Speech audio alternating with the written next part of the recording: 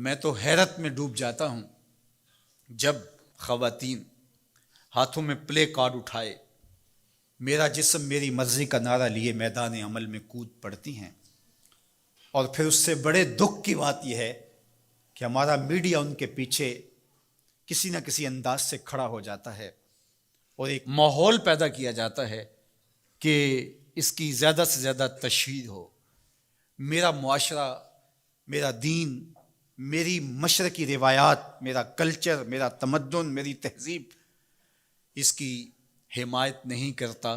میرا دین تو مجھے اس بات کا سبق دیتا ہے، میری بہن کو، میری بیٹی کو، میری ماں کو، میری بیوی کو میرا دین یہ سبق دیتا ہے کہ وَلَا تَضْرِبْنَ بِأَرْجُلِهِنَّ لِيُعْلَمَ مَا يُخْفِينَ مِنْ زِينَتِهِنَّ، کہ وہ اتنے زور سے قدم بھی نہ رکھیں کہ ان کے پاؤں میں پڑے ہوئے پازیب کی چھنکار غیر مرد کے کانوں تک پہنچے۔ جو اسلام اپنی شہزادیوں کے پاؤں میں پڑے ہوئے پازیب کی جھنکار بھی غیر مرد تک جانے سے روکتا ہے، تو کیسے گوارا کیا جا سکے کہ ٹھمکے لگا کے عورتیں ہاتھوں میں پلے کارڈ اٹھائے بلند آواز سے نعرے لگا رہی ہوں اور جو ہے وہ دھمک دھمک کر کے جو ہے وہ اپنے حقوق مانگ رہی ہو۔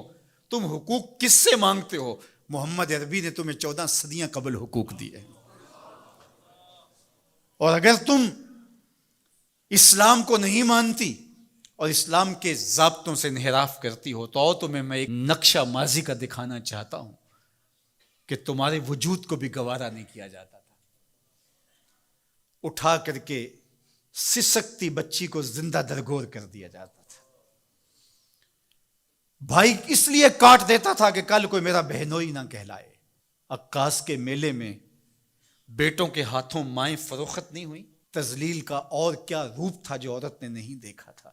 یہ تو اسلام کا فیض ہے کہ اسلام نے ماں کا روپ دیا، اسلام نے عورت کو بہن کا روپ دیا، عزتوں کی مسند پہ بٹھایا۔ بیٹیاں زندہ درگور ہو رہی تھی، میرے حضور نے کہا میری فاطمہ میرے جگر کا ٹکڑا ہے۔ اس کو بتایا کہ تو تکریم کی جگہ پہ ہے، تو عزت کے مقام پہ ہے، اور حضور علیہ السلام سے سیدہ ملنے آتی، حضور اٹھ کے استقبال کرتے۔ عورت کہتی ہے مجھے حق نہیں دیا گیا جتنے حق تجھے دیے گئے۔ مرد کو وراثت میں ایک حق دیا گیا، عورت کو 2 حق دیے گئے۔ وہ باپ کی وراثت میں بھی حق لیتی ہے، شوہر کی وراثت میں بھی حق لیتی ہے، اس کو 2 حق دیے گئے۔ تو یہ تو عزت اسلام کی دی ہوئی ہے، یہ تو وقار اسلام کا دیا ہوا ہے۔ اسلام نے تجھے تکریم کی مسند پہ بٹھایا ہے، اسلام تمہیں عزت کے مقام پہ بٹھایا ہے، تو آوارہ ہو گئی، تو ہاتھ میں پلے کارڈ اٹھائے بازاروں میں گھومنے لگی، آوارگی کو اپنا حق سمجھنے لگی۔ یہ تو نقص تھا، یہ تو جاہلیت کے زمانے کی عورتوں کا مزاج تھا۔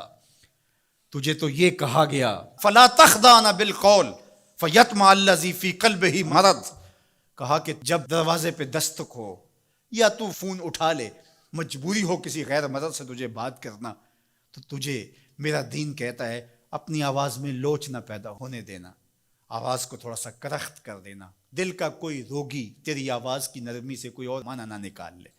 تو اتنی پاک اور پردے دار ہے کہ تیرے بارے میں خیال بھی پاک رہنے چاہیے۔ تجھے دیکھ کے مرد کو ادب سے نظریں جھکانے کا حکم دیا گیا ہے۔ نگاہیں نیچی کر لو، محمد کی شہزادی آ رہی ہے۔ نگاہیں نیچی کر لو، فاطمہ کی بیٹی آ رہی ہے۔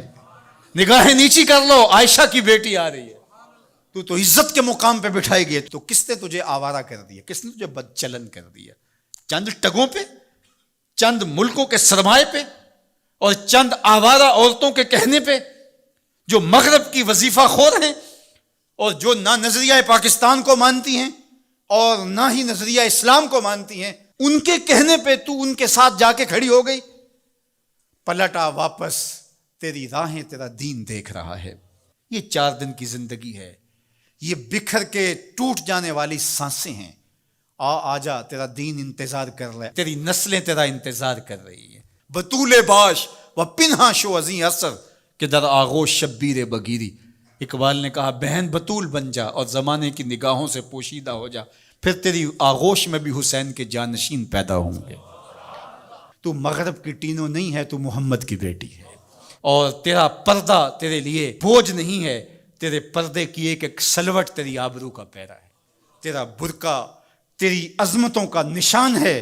جب تو برقعے میں سمٹ کر، جب تو شرعی پردے کے ساتھ ڈھیلا لباس پہن کے گھر سے کسی کام سے مجبوراً نکلتی ہے تو فرشتے بھی ادب سے سر جھکا لیتے ہیں.